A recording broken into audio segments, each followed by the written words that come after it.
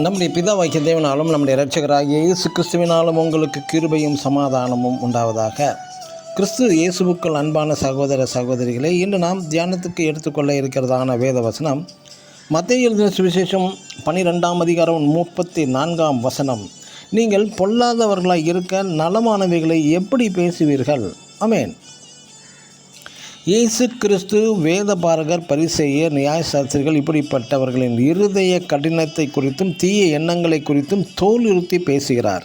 சிலர் சரியாகவே வாழ மாட்டார்கள், ஆனால் சரியான நபர்களாக மற்றவர்களால் பார்க்கப்பட விரும்புவார்கள். என்னை எல்லோரும் பாராட்ட வேண்டும் என்று விரும்புவார்கள். தங்களை பாராட்டிய நபர்களை தவறாக இகழ்ந்தும் பேசுவார்கள்.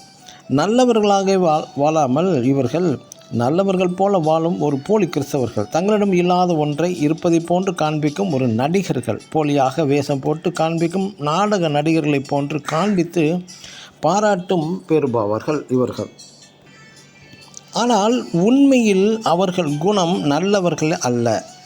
நன்மை பிறர் நல்லவர் போன்று சொல்ல வேண்டுமானால் நமது நற்குணங்கள் மூலம் நல்லவர்களாக அறிதல் வேண்டும். மிகவும் நன்மை செய்பவராகவே சுற்றித் திரிந்தார் இயேசு கிறிஸ்து. மத்தேயு 11ஆம் அதிகாரம் 12ஆம் அதிகாரத்தில் இயேசு கிறிஸ்து ஜனங்களுக்கு அநேக நன்மைகளை செய்தார்.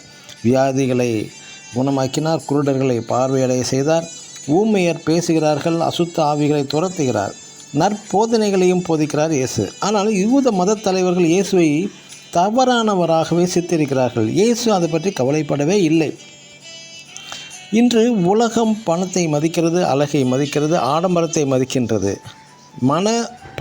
பண வலிமையையும் மதிக்கிறது.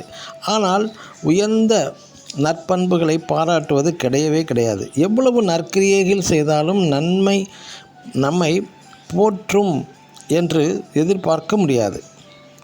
தங்களை உலகம் மற்றும் கிறிஸ்தவ ஆலயத்தில் பாராட்டை பெற முயற்சிக்கிறார்கள். அதாவது பன்றியின் பாராட்டை பெற்றிட ஒரு ஆடு தன்னை சேற்றில் பிறண்டு காண்பிக்கும் செயலை போன்றுதான் என்கிறார்கள். உலகம் நல்லவனை பாராட்டி மகிழவே மகிழாது. ஏனென்றால் நல்லவற்றில் மகிழ அதற்கு தெரியவே தெரியாது. ஆமென்.